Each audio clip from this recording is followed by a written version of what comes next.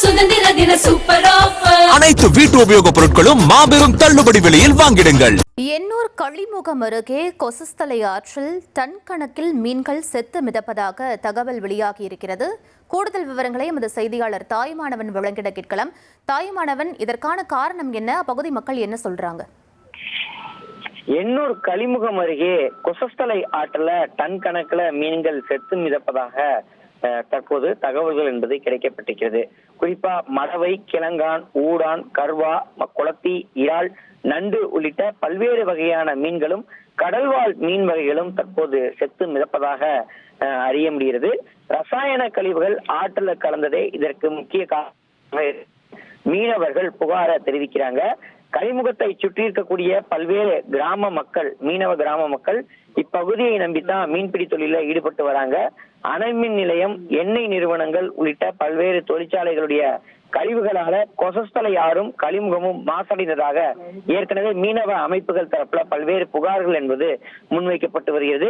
தொழிற்சாலை கழிவுகளால மீன்வளம் பாதிக்கப்பட்டு மீனவர்களுடைய வாழ்வாதாரம் என்பது கேள்விக்குறியாக மாறி இருப்பதாக தொடர்ச்சியா மீனவர்கள் குற்றச்சாட்டுகளை முன்வைத்த வண்ணம் இருக்கிறாங்க. தமிழ்நாடு அரசு உடனடியாக இது குறித்து விசாரணை நடத்தி நிலைமையை சீர் செய்வதற்கு தேவையான நடவடிக்கை எடுக்க வேண்டும். சம்பந்தப்பட்ட நிறுவனங்கள் மீது நடவடிக்கை எடுப்பதோடு மீனவர்களுக்கான இழப்பீட்டை நிறுவனங்களிடமிருந்து பெற்றுத்தர வேண்டும் என்பது மீனவர்களுடைய கோரிக்கையா இருக்குது. ஏற்கனவே கடந்த காலங்கள்ல பருவமழை காலகட்டத்துல வெள்ள நீரோடு எண்ணெய் கசிவும் கலந்த நிலையில் மீனவர்கள் இதே எண்ணூர் பகுதியில கடுமையா பாதிக்கப்பட்டிருந்தாங்க. மீன் வளமும் கடுமையா பாதிக்கப்பட்டிருந்தது.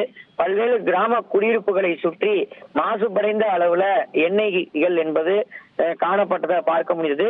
இப்படிப்பட்ட ஒரு சூழல்ல தான் எண்ணெய் கசிவால ஏற்கனவே கடல் வளம் கடுமையா பாதிக்கப்பட்டதாக மீனவர்கள் மற்றும் கிராமத்தை சேர்ந்த பொதுமக்கள் குற்றச்சாட்டை தெரிவித்து வரக்கூடிய நிலையில் தற்போது மீண்டும் இந்த மீன்கள் செத்து மிதந்திருப்பது என்பது மக்களிடையே அதிர்ச்சியை ஏற்படுத்தியிருக்கிறது.